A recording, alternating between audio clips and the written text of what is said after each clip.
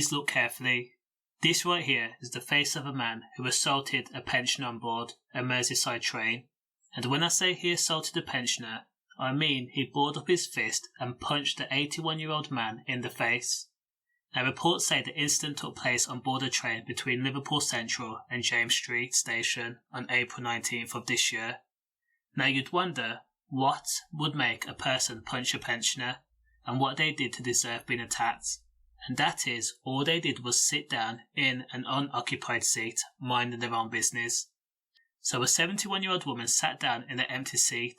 The man donning a cycle helmet and a blue backpack approached the woman and then lashed out, shouting foul stuff. Every word you can think of. Now, an 81-year-old man must have heard the commotion, so he stepped in to de-escalate the situation. That 81-year-old victim then asked the attacker to leave the woman alone, as the woman was frightened and afraid and shaking. And in response, the attacker screamed, "She's in my seat," nearly bursting blood vessels. In this situation, the simple thing to do would be for the attacker to produce his tickets and tell the woman that she was in his seat. If he reserved the seat, then fair enough, he had every right to sit there, but he did not deserve or have the right to shout at the woman.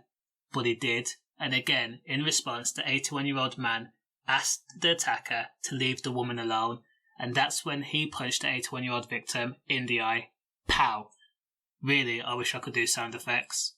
Now, 2 members of rail staff removed the man from the services at James Street Station, and police have now released an image of the man officers believe may have information which could help with their investigation. Now, we all know that's code for "we want this prat in the picture to come out of hiding and give himself up so he can be arrested." Now, how can you sleep at night knowing you'd bully people that's old enough to be your parents? I have no idea. Stay safe.